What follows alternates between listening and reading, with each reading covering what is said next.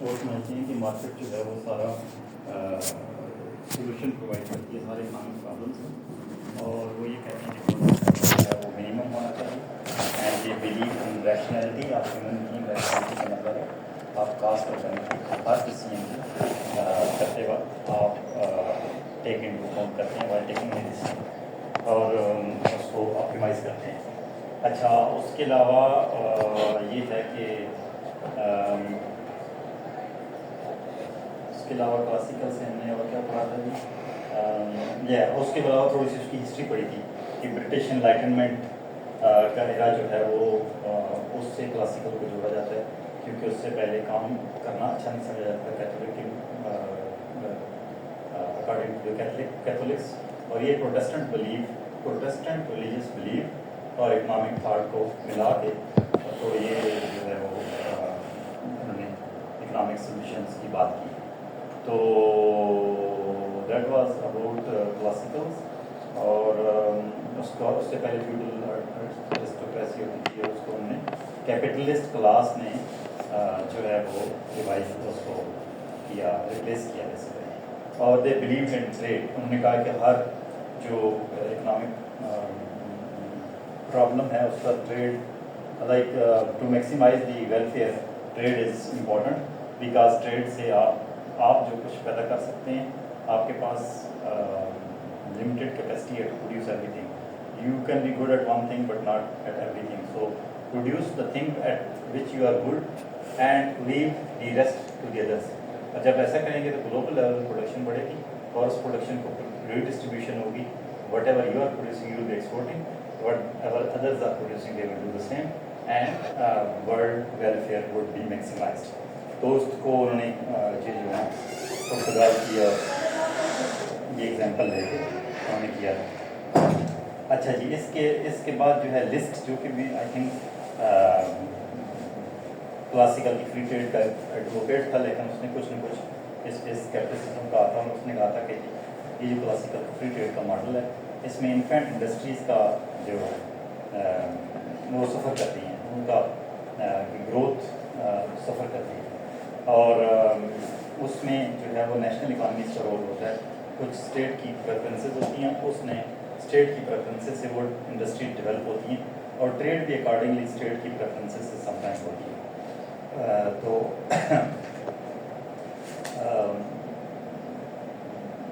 ٹھیک ہے، اب اس کے بعد ہم نے کلاسیکل کا کریٹیک ڈسکس کیا تھا، جس میں ہم نے کہا تھا کہ کلاسیکلس کا ایک تو فلوسافیکل لیول پہ کریٹیک یہ ہوتا ہے کہ classical always talk about trade and profit maximisation, جس میں ویلفیئر اور جو آپ کا ہیومینٹی ہے، ڈسٹریبیوشن ہے، اور سوشل سائڈ ہے، اس کو وہ اگنور کرتے ہیں۔ وہ یہ کہتے ہیں کہ out of his own greed اور سیلف انٹرسٹ، جو کیپٹلسٹ ہے وہ ری ڈسٹریبیوشن کو انشور کرے گا، بیکاز اگر وہ نہیں کرتا تو ریبیلیس بیہیویئر پیدا ہوگا سوسائٹی میں، اور اس کی وجہ سے بریک ڈاؤن ہونے کا خطرہ ہے سوسائٹی کے، اور جب وہ بریک ڈاؤن ہوتی ہے تو پھر جو کیپٹلسٹ ہے اس کے بھی ظاہر وہ تو مین اسٹیک ہولڈر ہے سوسائٹی کا، اس کے انٹرسٹ کی سر نہیں ہو سکتے، اور وہ اس کے انٹرسٹ بھی انڈرمائن ہوتے ہیں۔ تو دیٹس وائی وی ایکسپیکٹ، یعنی society expect and system expect کہ وہ سسٹم کی کوہیسونیس کے لیے، انٹیکٹ رکھنے کے لیے، جو ٹریڈ جو انٹرپرینور ہے وہ سوشل رسپانسبلٹی بھی اپنی پوری کرے گا۔ تو یہ ہے، تو کوآپریشن کا ایز سچ کلاسیکل میں کوئی گنجائش نہیں ہے۔ کمپیریٹیو ایڈوانٹیج جو ہے وہ بھی ہم نے کہا تھا کہ امپیریکلی کوسچنیبل ہے، کیونکہ کمپیریٹیو ایڈوانٹیج کو دیکھا جائے تو بہت ساری ایسی چیزیں ہیں جو ہم پروڈیوس کر رہے ہیں اور ان کی ویلیو اس طرح سے انکریز نہیں ہوتی۔ فار ایگزامپل ہم کاٹن ٹیکسٹائل پروڈیوس کر رہے ہیں، کاٹن اور ٹیکسٹائل کی ویلیو اس طرح سے انکریز نہیں ہوئی over the years, over the decades, جس طرح سے ویسٹرن سوسائٹی جو چیزیں کمپیوٹر بنا رہے ہیں، آئی ٹی بنا رہے ہیں، میڈیسن بنا رہے ہیں، وہ جو چیزیں بنا رہے ہیں، ان کی جو ورتھ ہے وہ ایکسپورٹ انکریز ہوتی ہے۔ تو اس کا مطلب ہے کچھ جنریشنز جو کچھ سوسائٹیز جو ہیں وہ ساری سوسائٹیز ایکول بینیفیشری نہیں ہوتی، اور اس طرح کی ایگزامپل لیتے ہوئے جو کلاسیکل کے کریٹیک جنہوں نے کیا، انہوں نے کہا اس طرح کے اندر بھی دیکھا جائے تو ہم نے دیکھا ہے کہ Portugal should produce this and you کے شوڈ پروڈیوس دس، تو پرتگال جو ہے وہ پرتگال اور یو کے کی جو ٹریڈ تھی اس ٹائم پہ وہ انفیئر تھی، ان فیور آف یو کے تھی، and it remain in favour of U K, and Portugal use to export and give up gold in order to retain that trade. تو اور وہ جو ٹریڈ ڈیفیسٹ تھا وہ اپنے گولڈ ریزرو کو deplete کر کے اس نے پورا کیا. جو گولڈ ریزرو انہوں نے ساؤتھ امریکہ سے اپنی کالونیز سے بلڈ کیے. تو بیسیکلی کالونیز کا پیسہ پرتگال میں آ رہا ہے، پرتگال سے وہ یو کے میں شفٹ ہو رہا ہے. تو اس لیے جو کمپیریٹیو ایڈوانٹیج ہے یہ ہے کہ جی it will be a win win situation for all the global society. It was not case at that time and it was not the case today. جو ٹرمپ کے ٹیرف جس کی ہم نے بات کی تھی کہ اس کے فیئر کیا ہے امریکن کو کہ یہ ٹریڈ سے ویلتھ ٹرانسفر ہو رہی ہے بیسیکلی دوسرے نیشنس میں، تو وہ ہمیں سوٹ نہیں کرتا. اور ٹرمز آف ٹریڈ جو ہے وہ انفیوریبل ہوتی ہیں ویک نیشنس کے لیے، اسٹرانگ نیشن کی فیور نہیں ہوتی ہے کیونکہ وہ ڈکٹیٹ کر رہے ہوتے ہیں رولز آف دی گیمس.